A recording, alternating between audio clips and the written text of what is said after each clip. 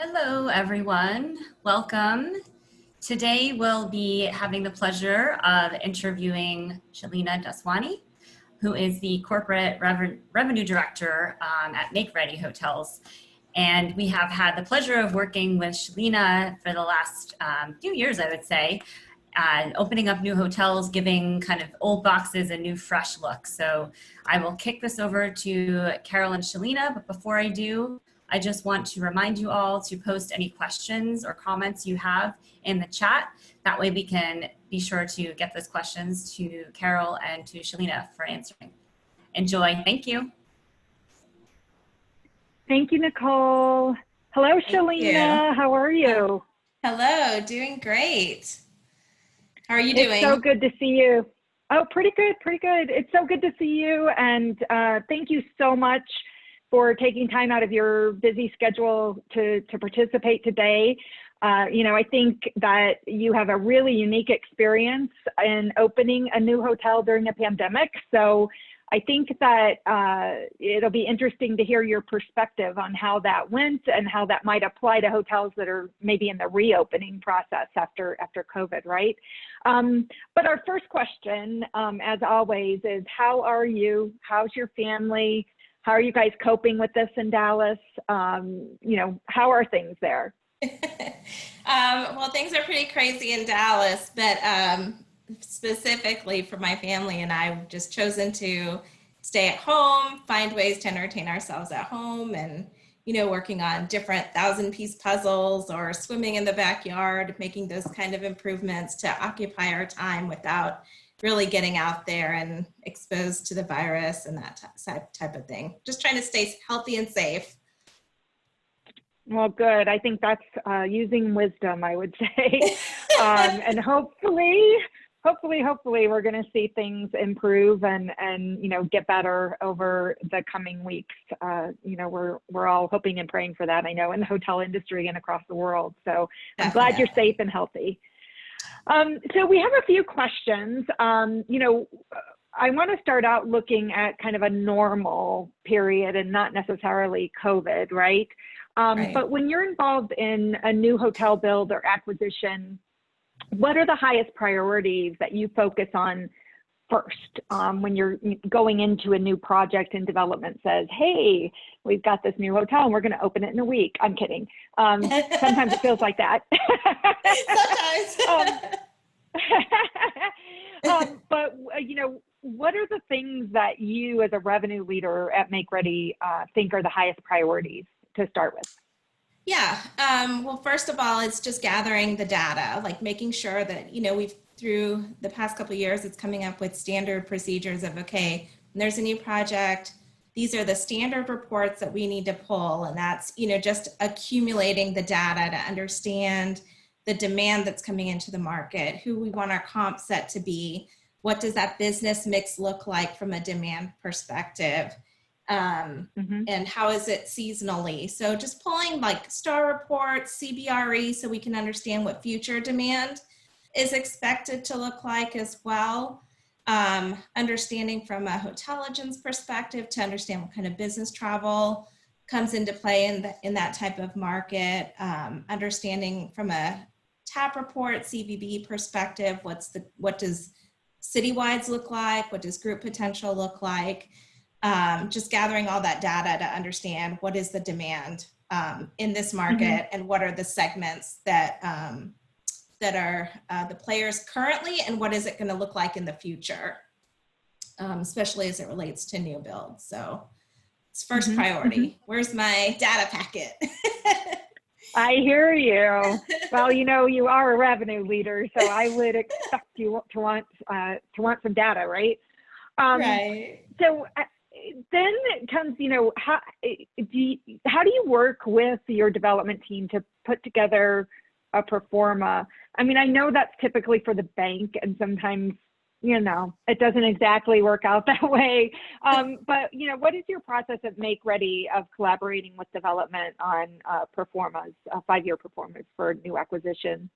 Yeah, well, like I said, first thing is understanding what the demand looks like. Then from the development team, it's understanding what the vision is for the property. Where does it fall in terms of Is it going to be luxury? And do we have the demand for that? Is it going to be a business hotel? And what are the amenities that are going to cater to those different guest types?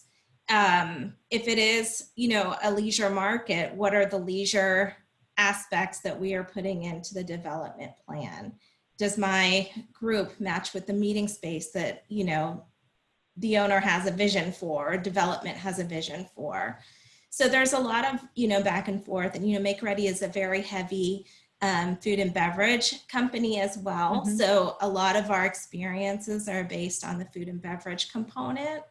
So understanding what that component looks like and what that vision is, and how to incorporate that into our guest base and the vision for who our guest is going to be coming into that market. And then understanding, like I said, the demand for that guest, what it is currently today and what it's going to be. Great. So what have been some of the challenges that you faced along the way with your many acquisitions? I mean, pre-COVID, you guys were growing really fast. I'm sure that'll pick up again soon. And I know that you've had more than one project going at a time. So, what have been some of the challenges that you faced along the way with this rapid growth? Yeah, last year was a big year for us with a couple of acquisitions. So some of the challenges, I guess, or opportunities, as we like to look at it, is, when you have an acquisition, it's something that's already been built, and making sure that it still falls within the vision, that it carries through the Make Ready experience of the already existing properties, and being able to change that, or just adjust, in certain places, but really from a revenue management specific place, just understanding the way that systems are set up, the thought process in the past. Obviously, we do a pro forma before the acquisition. So how do we change the thought process or adjust it to understand, like, this is one way of doing it in the past. However, Make Ready's vision on revenue management is X. This is the business that we want to go after, and then being able to change some of those thought processes, the rate loadings. I think one of the things that we learned, one of the bigger lessons, is to take an acquisition and change the system all at once is a really big project, and making sure the timing is ample for all of that to happen, just because there are so many glitches that can happen when you're changing those rate codes, and especially your chain code. Right. Yeah, I know, we've had some fire drills with you over the last year in supporting you guys with that. And, I think you've made a really wise decision by trying to, for at least your independent hotels, obviously standardize as much as you can on the technology, because that is a great approach for growth, so that you have enterprise platforms and you can, change people from one hotel to the other without them having to learn new systems, and you can get all your data, everything's consistent, right? Right. But it is hard. That does make it, some heavy lifting when you do an acquisition. Right. Yeah. And the thing is to look at it is it's heavy lifting, but it's at the forefront, right? Because the goal is to grow, and the goal is to make things smooth along the line. And we are big on our vision for growth, and we are looking to, as we grow hotels, we want to grow our positions and our people. So growing the revenue management team to be able to have multiple properties, or even from a sales perspective, eventually to grow to a regional team or something like, some type of centralized corporate. It just makes things a lot easier. We're all on the same systems, from revenue management to distribution. Yeah, that makes sense. We've worked with a number of hotels that didn't have that foresight, and to do it on the latter end, when you've got 20 hotels all on different systems, is even more challenging, I think, Yes. than doing it at the upfront, right? Yeah. Right. And then of course you have to have, it doesn't come out of a pre-opening or an acquisition budget. Then it comes out of your operating budget and just makes the justification for it just, I think, that much harder financially as well. So I respect that Make Ready has chosen to walk down kind of the hard path up front to make it more streamlined down the road. Yeah, it's all about the long-term strategy. That's what we want to focus on, is how do we do it right, and looking at our future selves, right? Right, exactly. That's a good point. Looking at our future selves. I like that a lot. So technology is always an interesting part of the process. And I know you, Shalina, in your career have used a lot of different hotel technologies out there. But what technology companies have you partnered with? And what systems do you try to make consistent across the independent hotel collection?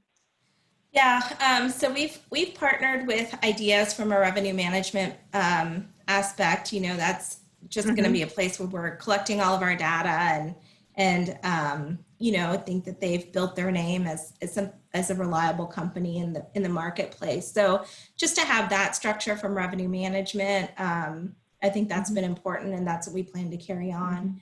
From a booking aspect, we are using TravelClick for our booking engine. And that's worked out great for us as well. In that partnership, we are using Sendine from a marketing perspective, and that's I believe that's streamlined across all of our independents as well, from a CRS perspective. And I think Make Ready is really big on building relationships. And when you stay consistent in that way, it makes that piece so much easier to look at these technology companies as a partner, as a real partner moving forward with us and growing with us. So that's definitely been a focus. Yeah, no, that's great. And I think that's a good point. You can, if you have more mass or volume with a company and you build that relationship long term, then you can actually get things done more effectively and kind of know how to navigate, because each company is a little bit different in how you have to navigate support and implementations and integrations, and so you have to have that aspect. I have seen a few questions come in here. Let me see. So, do you feel the pro forma process has changed based on current economic factors? Right now, at this point, no. We've had a couple that we've started since this process. They haven't been acquisitions, so it's nothing that's been in this year. We're looking at things that are new builds, so we're looking at 2022. 2023, but I think the process is the same. You're still looking at demand. You're still looking at, reports from CBRE to understand when, what the market predictions are. I don't think that you can take what's happening right now and we don't know how long it's going to last, but unless we were looking at an acquisition for within this year, we would still continue with the same data. And what does the ramp up look like? And what is the market that it's in? Is it a market that's going to take a little longer from a recovery perspective? But overall, I would say that you're still looking at the same process. Yeah, okay, good. Another question here, let's see. With COVID-19, are you forecasting ramp differently for 21 and 22? So how is it affecting those future years for you when you're forecasting? I know your crystal ball tells you everything, Shalina. I have said my crystal ball has fallen and broken, shattered. I agree. Yeah, I think we can just only use I do a lot of CBRE and STR digging and see what the market says. And, you have to be really hopeful and hope that, that things are going to get under control and that we can veer towards a strong recovery. I mean, that's what everybody says, is that, once things pick up, they're going to pick up at strong levels.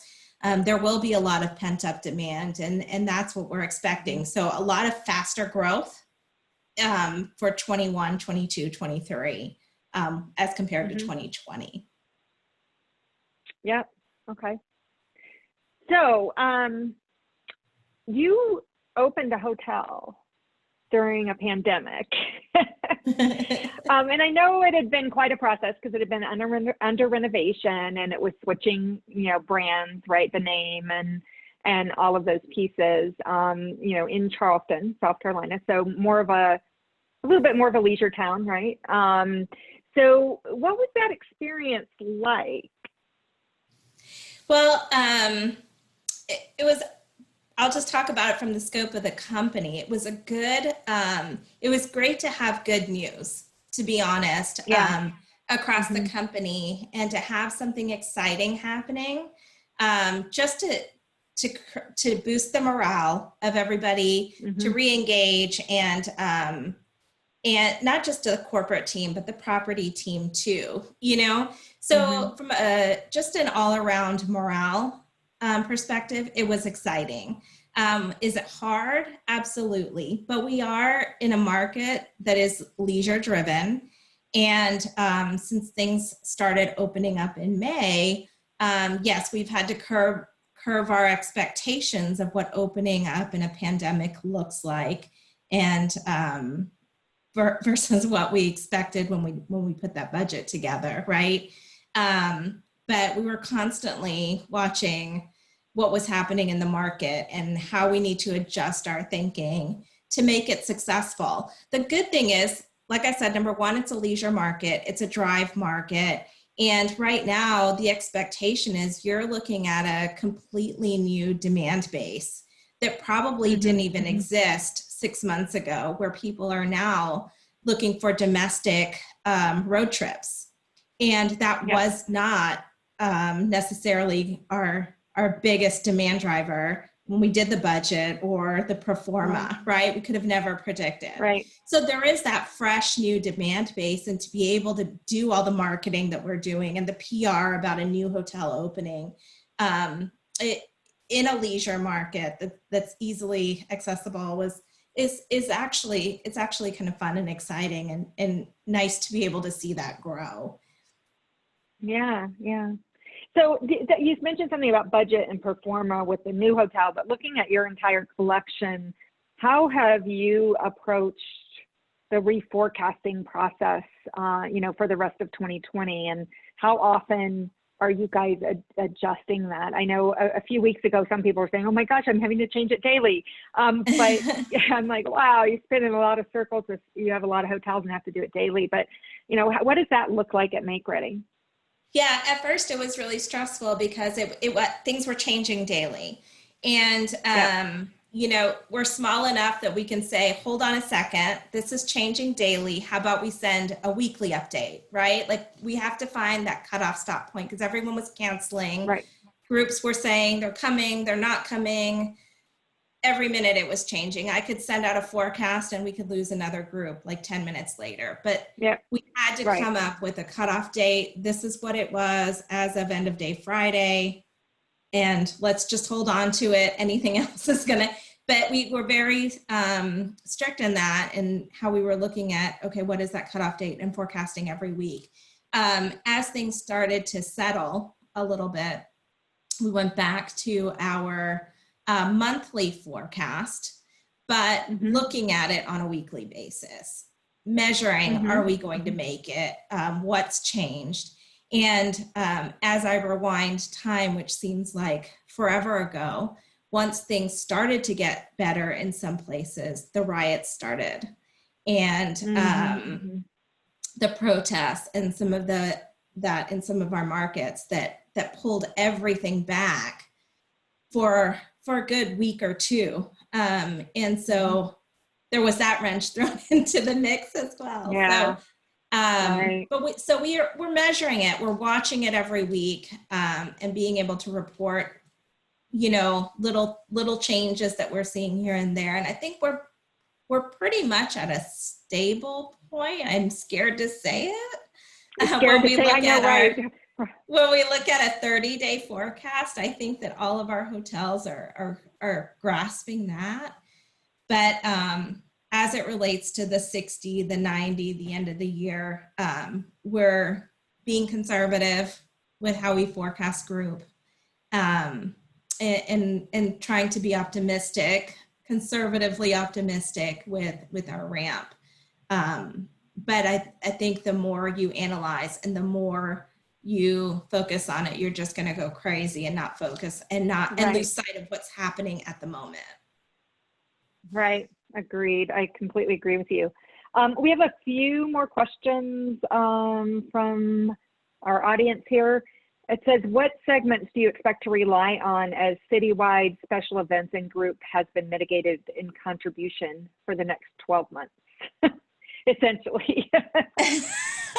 Well, I haven't seen 12 months yet. But right now, the focus is really on that leisure business, the drive market, and trying to get creative with that. Families that might be traveling together, I think families are looking at vacations. They're having to look at vacations differently. They also there's a lot of flexibility with family travel now, with everybody or more and more people being remote and schools being remote as well. So just working with the marketing team and looking at how we can capture those kinds of demand and market towards a whole different mindset towards travel. Right. There's still hope for business travel to come back. We're starting to see that a little bit in some of our markets. So just capturing that and staying competitive and trying to capitalize on that. And in terms of groups, I'm seeing that there are smaller groups starting to look into it. At first, some of them seemed a little space heavy, but now kind of understanding that this social distancing is becoming more of that's going to be the norm for at least the next 6 months, just going with it in terms of, nothing is too spacey at this point. We're not going to get, a 100 group room. So let's just kind of move that out of our thought process and look at things very differently. Yeah. Good point. Yeah. It's certainly having to throw out some of our old rules and apply something different right now. Yes. So how have you prepared owners for future forecasts versus expectations? What are your conversations like with owners? Our owners have actually been really great through this entire process and super supportive. We, for most of our hotels, we're on weekly calls with ownership for updates on forecast and what that pace looks like, as well as, anything from expenses and all. But it's a very open dialogue, and it's very collaborative with our ownership team. So I think that we're very fortunate to have that, and asset managers who understand what's happening in the market and like I said, being collaborative with us. So it takes a lot of us being honest and them accepting, and we're doing our best to communicate everything that we're seeing. Sometimes it's looking at different scenarios and just being very open-minded in that way. Do you have to run different scenarios? So like, what if there's a second wave in the winter?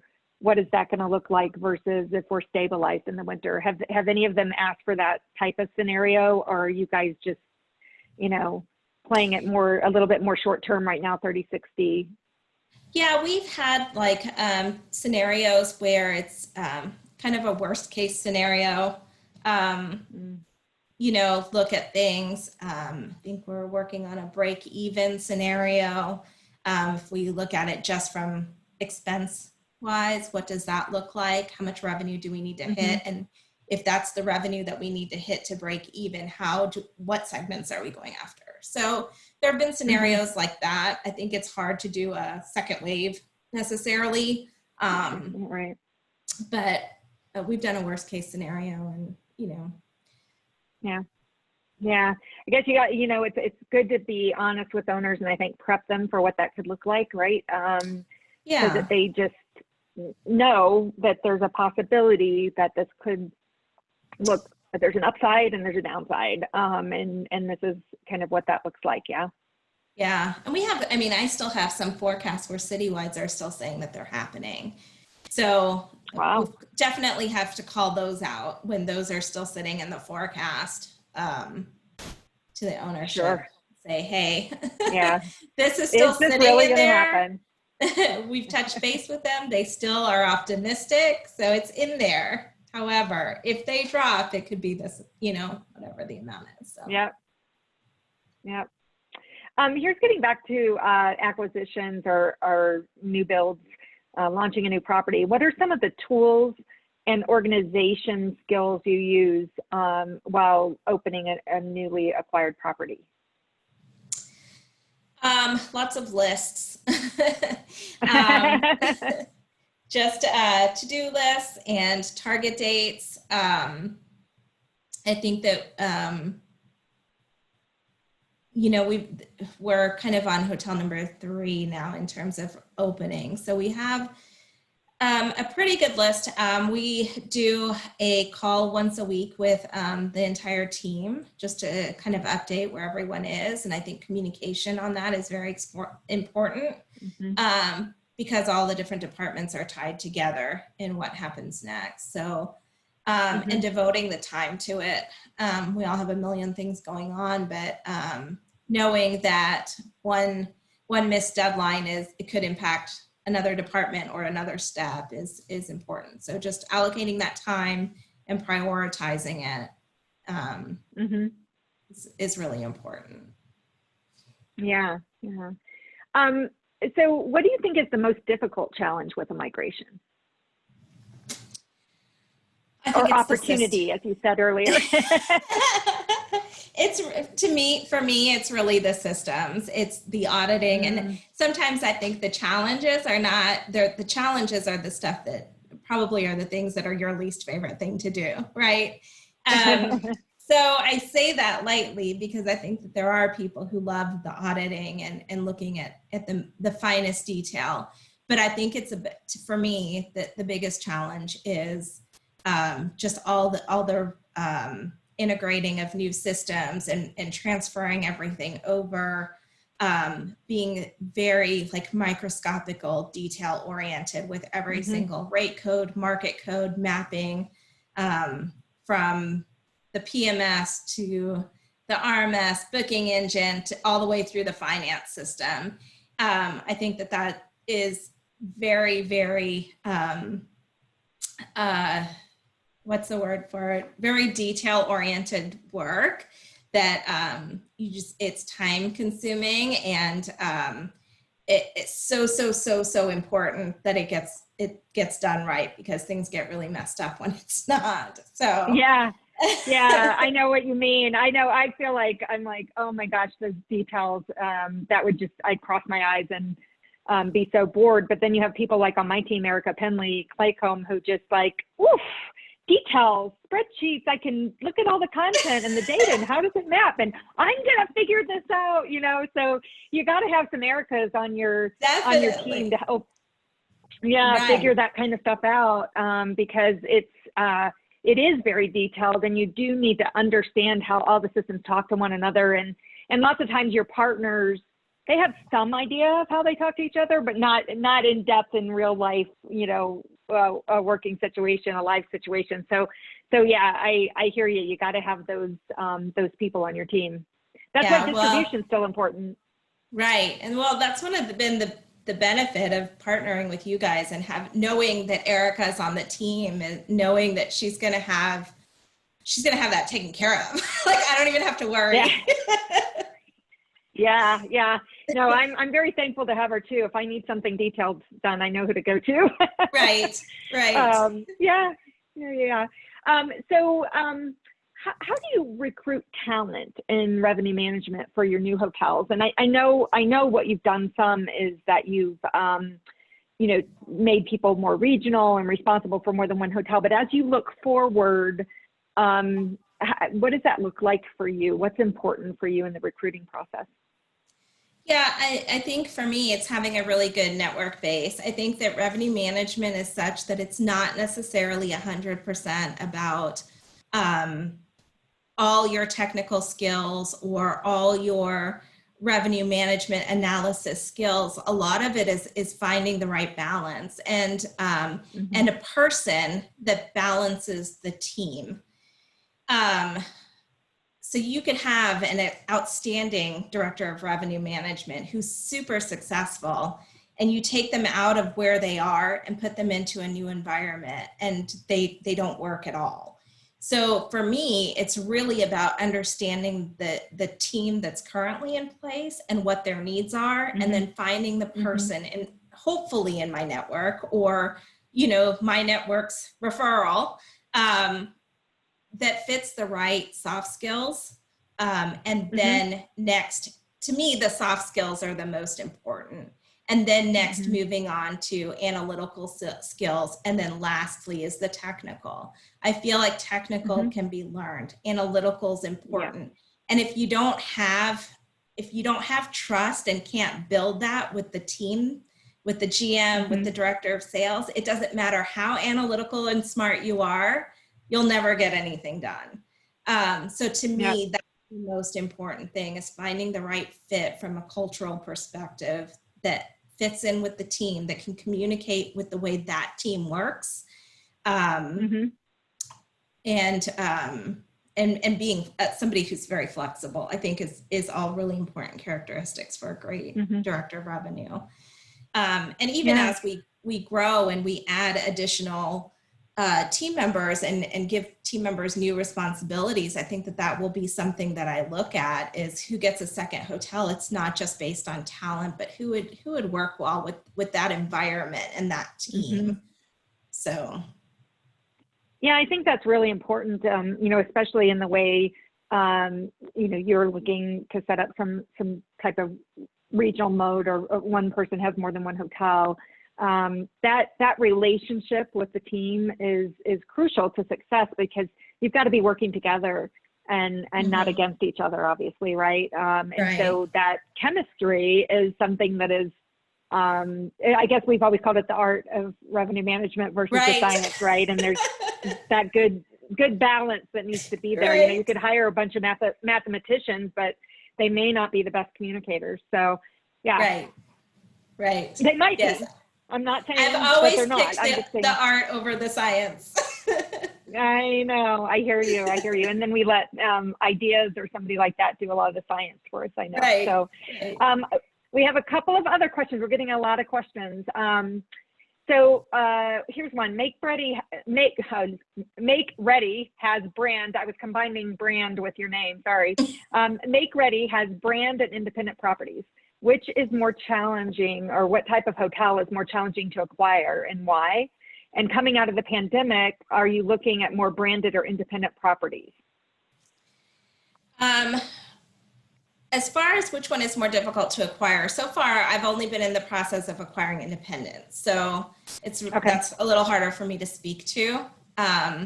But in terms of moving forward, we are looking more in the world of independence. Is what our is what our future holds, and what our vision is that's the sector that we're planning to grow in the future.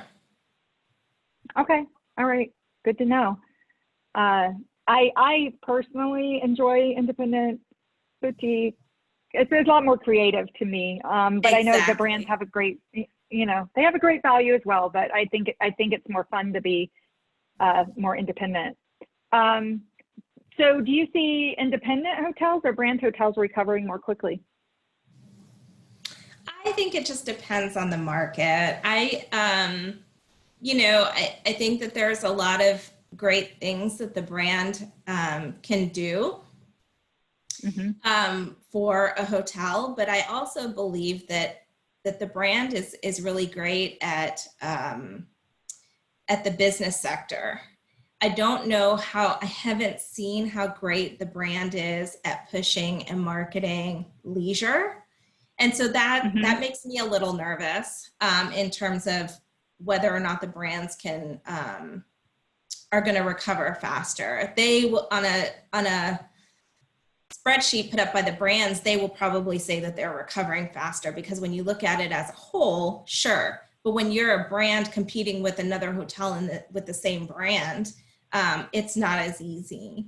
The independents, however, I feel that they're unique and they appeal to leisure travelers, especially road trippers who may not have ventured out before. And like you said, they're fun, they're exciting. You can do different things. You're not limited by some of the limitations that the brands may have. Yeah. Especially when it comes to driving rate. Yeah, right, exactly. Or even being creative and what you offer in packages. I remember working for a hotel company in my past, and we had one branded hotel and everything else was independent. And in the particular market, every single other hotel included parking in their AAA rate. So we went to the brand and said, hey, we want to include parking in our AAA rate. And they said, no, we don't include parking in our AAA rate. So therefore you can't include parking in your AAA rate. And so we're like, but like literally our entire comp set includes parking in the AAA rate. So, you know, it's like those situations where you're in this box where you can't be as creative. Right. And I think right now, like the faster we can get creative and get our marketing team to do fun things, I think that's going to drive the immediate demand that's out there. Yeah, for sure. So in revenue management and distribution, how do you keep up with your day job and do acquisitions? Well, it's prioritizing. Acquisitions, they are, they're big and in scope, but I think when you get your perspective and prioritization, it's not an everyday thing, right? When an opportunity comes up, normally it's fire drill, it's hurry, and then it becomes stop, right? So you know that's gonna hurry, and you can kind of push everything to the side for a minute and focus on that. The nice thing, again, we're small and everybody's very understanding that growth is important. So sometimes, you know, you get the basics in revenue management done. Rates are set, everything's fine. And you look at your meeting calendar and you see, okay, they wouldn't mind if I skip out for us to grow, right? And you just have to look at it that way. Plus, looking at acquisitions is more exciting. I mean, put the other stuff aside, it's easy to prioritize. But it's about prioritizing. And like I said, those things come up and normally you need a fast turnaround time. So you're kind of at a standstill for some of the other things. Prioritize the new acquisition needs and cool. That's great information. Prioritizing is always important. You got to figure out, you know, what do you do first? What are you going to do second? Otherwise you can get paralyzed, right? Right. So one more question from the audience. It says, you mentioned you took live migrated 3 properties so far. Any day of surprises that required you to put out a fire in any of these acquisitions? Were there any fires? I think the whole thing was, I mean, it was a learning process for Make Ready from one to the next that happened months apart. And being our first one. So there was a lot.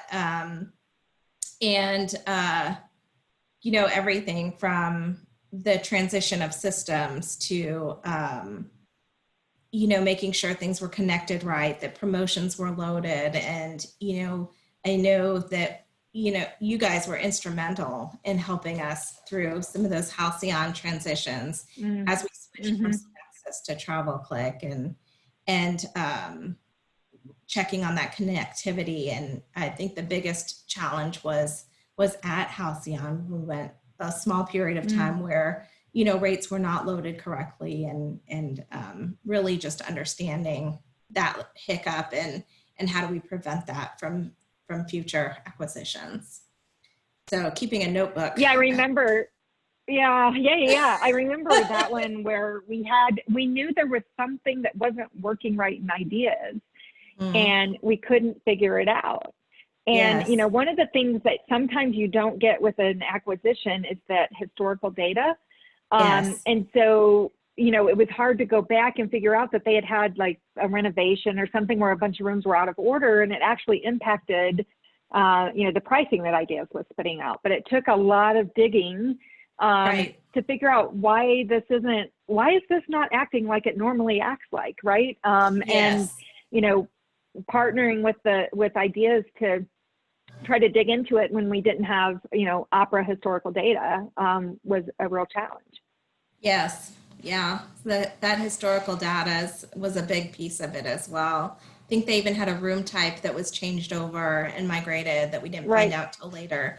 So all those little nuances when you don't have historical and the story behind things, that it's a little bit of a learning curve. So. Mm-hmm.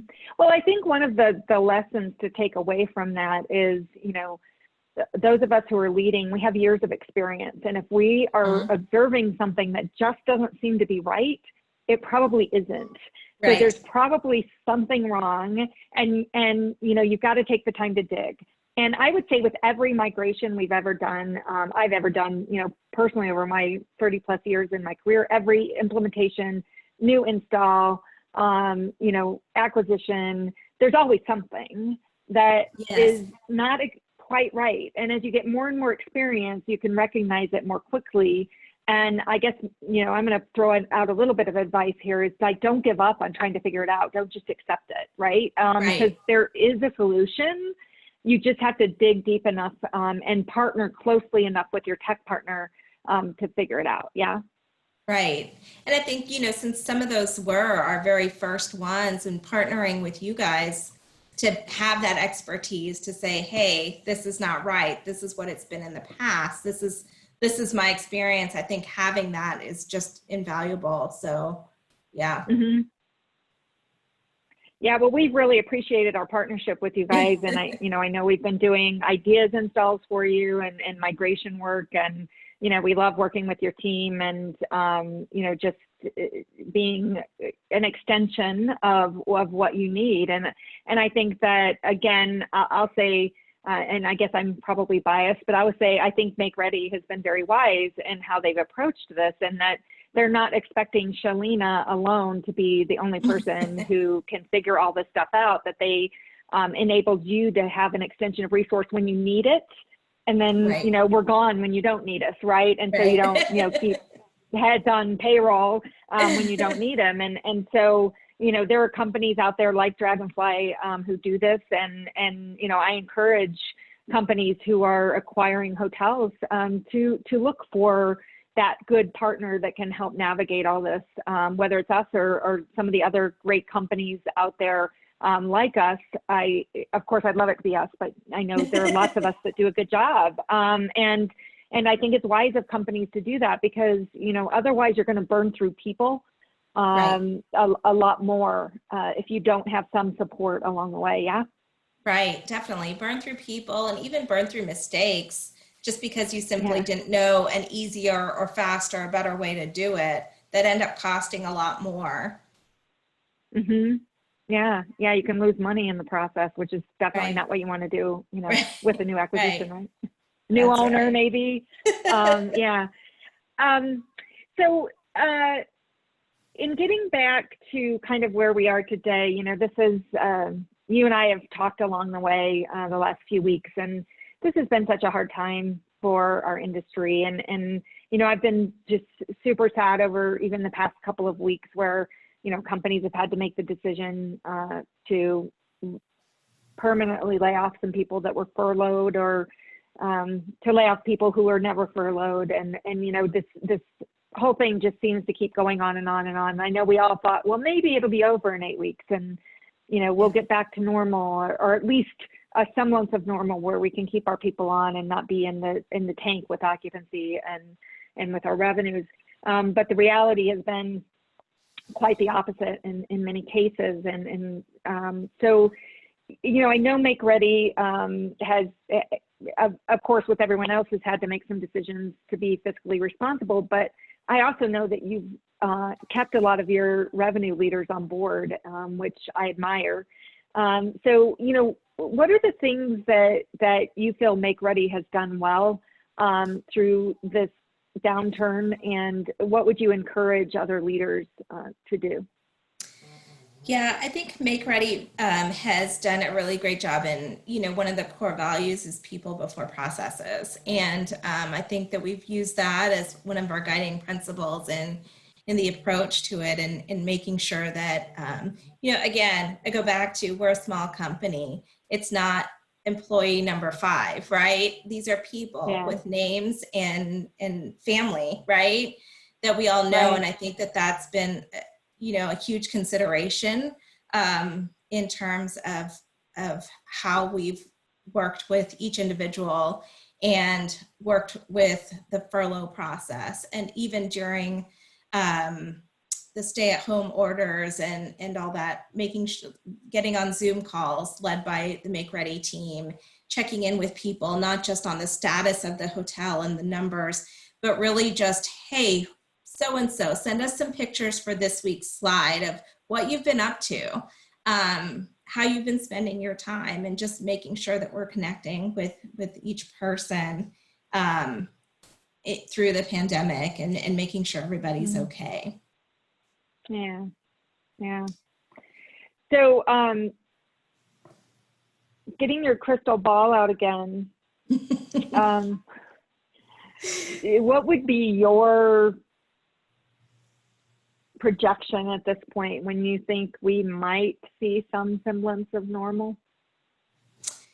Well, I think that I think it's really not going to be until we get the vaccine or cases start to go down. I think cases going down will be a great thing. I think we'll start seeing a lot more of the smaller groups come back, and it won't be completely normal because there will be the social distancing. People will be, I think, required to wear masks and just a lot more careful about it. But I really don't think things come back to full normal until a vaccine comes out. And I think that that's probably going to be mid next year. Not to be scary, but, I'm definitely hopeful that it happens sooner. But I know that there's, a huge population that's still, staying at home and very afraid of having to travel, myself included. Yeah. I think it'll be a minute, but I think when it comes back, it'll come back real fast. Yeah, I mean, I think what we've seen, we just got some analytics today from one of our properties in Florida, and their June did better than last year and beat budget. But wow. They certainly, yeah, I know, but the last week of May, that was not the forecast. Right. So I think you're right that when things open up, when people do start feeling comfortable again with travel, that there is that pent up demand, and there is going to be, especially for those leisure driven properties, there is going to be a rapid change in the forecast and what demand is out there. Obviously group BT is going to be a bit slower to come back. I know some companies who have actually canceled all their groups until July 1st of 2021. They just don't want to put any of their employees at risk, which I can respect. I get it. It's terrible to be a hotel that does business with this, some of these companies that are huge companies that have just halted travel so much. But I do think that, we've seen certain markets, certain situations where things have just turned on a dime quickly. And so much of it is going to be related to case count, to, as you said, the vaccine. I think right now the best thing we could see is to start seeing it go down. I know, I lived through the pandemic in New York. I had COVID in March, and it was not fun. We definitely had to I mean, we stayed in our little tiny New York apartment doing nothing for weeks on end. And that's not why you live in New York, is to do nothing, right? But in the end, it was worth it because, things started getting much better there. And I'm not trying to make this political at all. I don't think the virus is political. I think it's just that we all need to be smart and wise. And I know as a travel industry, we want people to be smart and wise, selfishly in many ways, because we would like, to see the industry that we love come back. Because what's better than travel? I don't think there's much better than travel in my book. Yeah, same. Yeah. So we're getting ready to close here, but if you had a piece of advice for people who are pretty discouraged right now about what's going on, and I know we've been talking about a positive thing with acquisitions and that type of thing, but some hotels are closed. I just heard W in financial districts closing October 13th and not reopening. There's just a lot of things that could get us down. So what do you say to people who are down? How would you give them words of encouragement, and what would you say an action they can take that would make them feel better? I don't know. I have to do that for myself every once in a while, but I always have to remember like the positive that it's brought. And I think that you can get really caught up in that negative mindset when you see bad thing after bad thing after bad thing that happens. But for me, when I look back and see the amount of time that I've gotten to spend with my teenage daughter locked in a house, and the time that I would have never, like, we are always on the go. She's doing her thing, I'm doing my thing, and running in all different directions.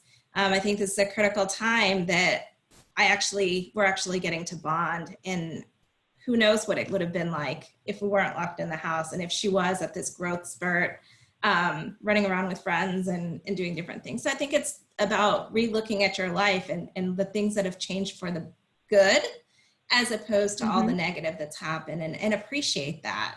And take advantage of it, because once things get back, we're going to be running around like crazy again, and we won't get this time back. So, yeah, it's not often that we get to hit pause in life. Right. And so I agree with you. I've spent more time with my teenage son than I ever thought I would have an opportunity to spend with him at 16. So it's been pretty special. There are days when it's hard with teenagers, right? Because they don't, they want to see their friends, but it has been very bonding, and our family, I think, has grown closer as a result of this. And, that's something that we can all take away. That's a positive and a good thing, I think.